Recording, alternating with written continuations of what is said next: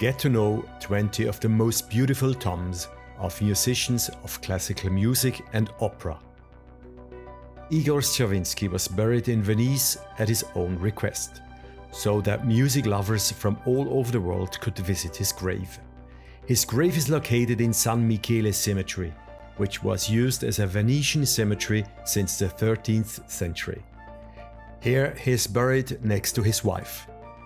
Just a few meters from Stravinsky's tomb is that of Sergei Diaghilev, the famous impresario of the Ballet Russe, who died in Venetian exile in 1929 and for whom Stravinsky composed his most famous works, such as The Firebird and Le Sacre du Printemps.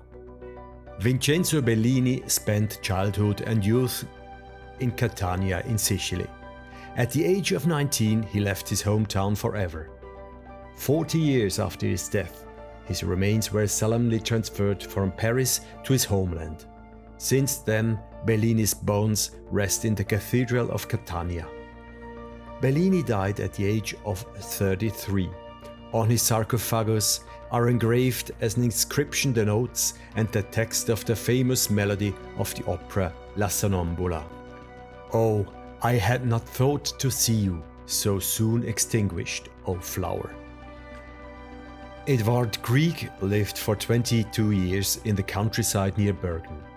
He had a beautiful house built for himself and his wife.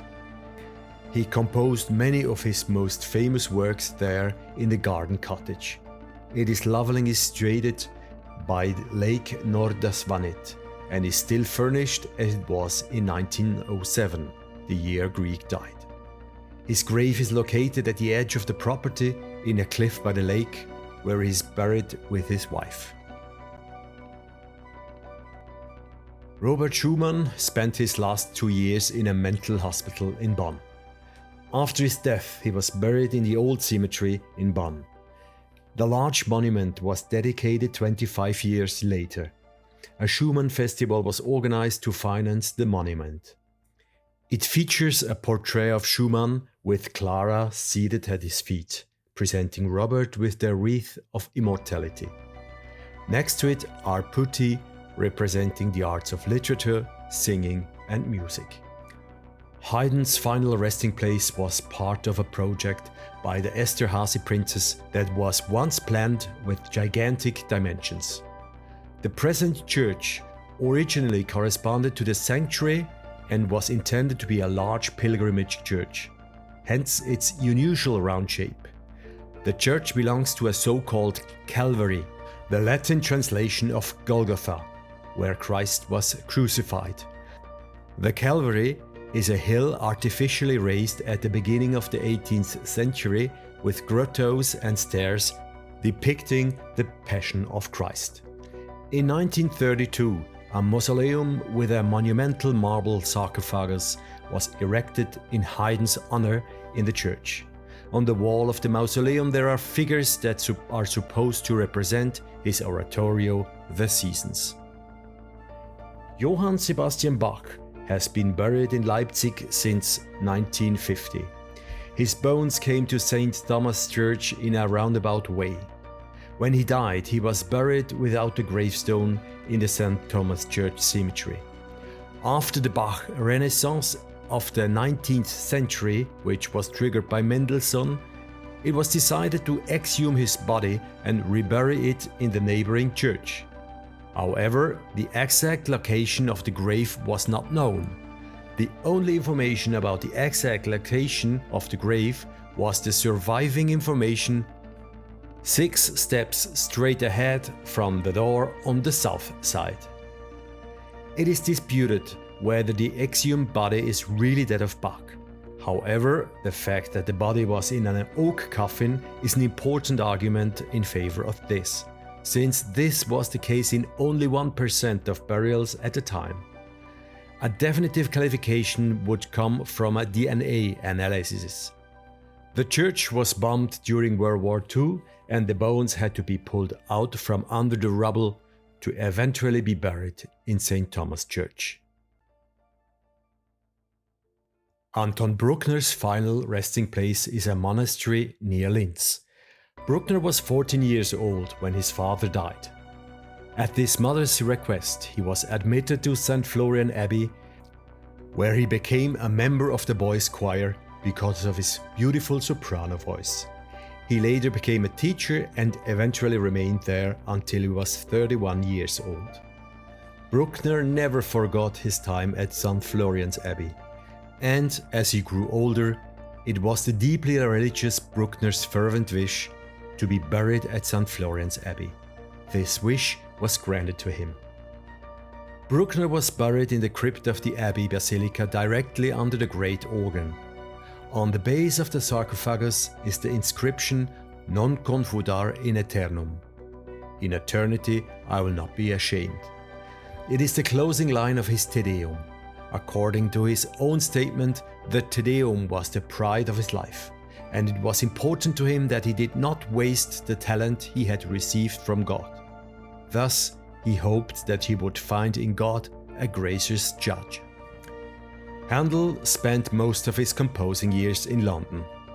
It was Handel's wish to find his final resting place in London's Westminster Abbey, and the king granted this great honor. Roubilliac created a statue for the tomb. This portrait is generally considered to be very faithful to the original, partly because Roubilliac had already portrayed Handel once for a statue, and partly because he modeled the face after the death mask. This statement was confirmed by contemporaries who knew Handel. In the last years of his life, Verdi initiated a generous deed. He bought a large plot of land in Milan's Piazza Buonarroti and had a rest home built there for impoverished elderly musicians. He deliberately did not want to build a hospital-like nursing home, but a home for guests who would live in two-person rooms instead of dormitories. Since then, more than 1,000 people have enjoyed this tastefully furnished boarding house, which was built at Verdi's request. In the garden of the complex is the tomb of Verdi and his wife, Giuseppina. After an eventful life, the 61-year-old Wagner moved to Bayreuth. The house Wahnfried became the center of life of the Wagner family.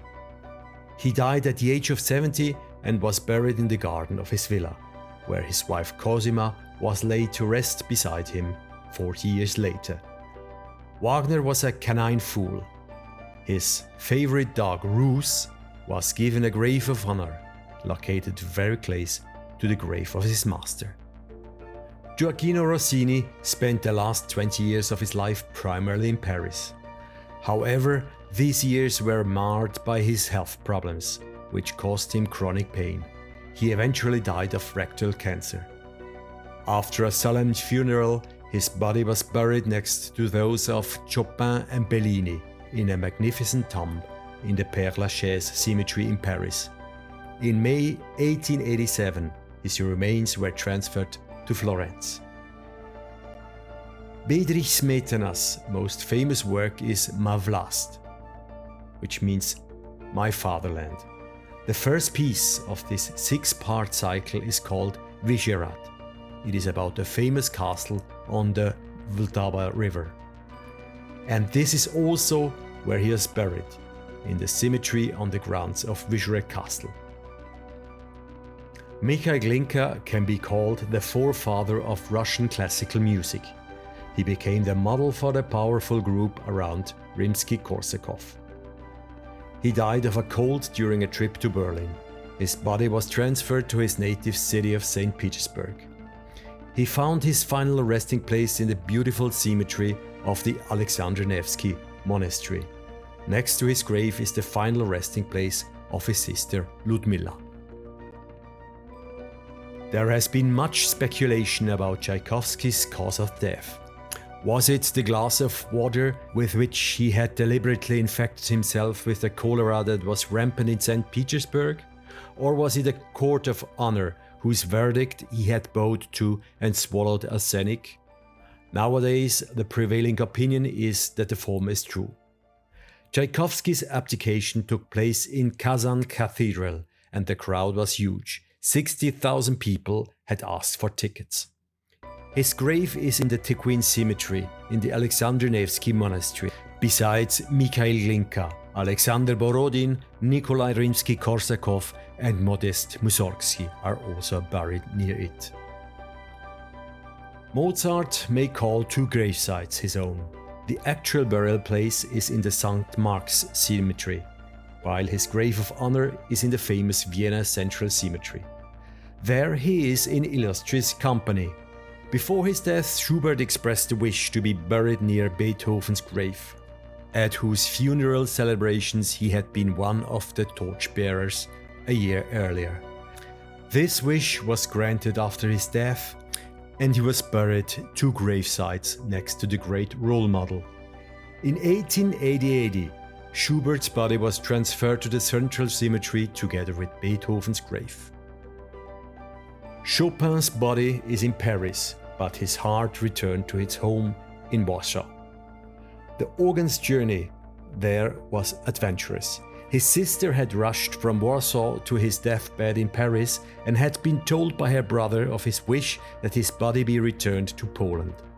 This was not possible because of the political situation, and the friends decided that the sister should smuggle the heart, preserved in brandy, to Warsaw, where it was initially kept in her apartment. Her baptistry then accepted the heart, but stored it in the church basement because church officials did not believe that the unmarried Chopin had led a pious life in Paris. It was not until 40 years later that it found its way into the church, where it was given a place of honor with a marble monument on the column wall. The first time it was brought to safety with the help of a German priest during the Second World War, before the church was blown up, and the second time in 2014, after the reconstruction of the church, when it was medically examined and the cause of death was found to be pericarditis, due to his tuberculosis.